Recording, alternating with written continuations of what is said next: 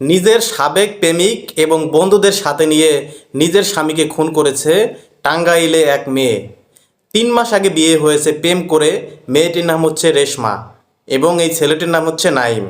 প্রেম করে দুজনের ভালোবেসে বিয়ে হয়েছে এবং বিয়ের 3 মাসের মাথায় এই রেশমা তার সাবেক প্রেমিককে সাথে নিয়ে এবং তাদের কিছু বন্ধুবান্ধব নিয়ে তার স্বামীকে খুন করেছে। তো ঘটনাটি ঘটেছে টাঙ্গাইলে। তো গত 24শে ডিসেম্বর এই নাইম তার বউ ছিল শ্বশুরবাড়ি, তার বউকে দেখতে যায়।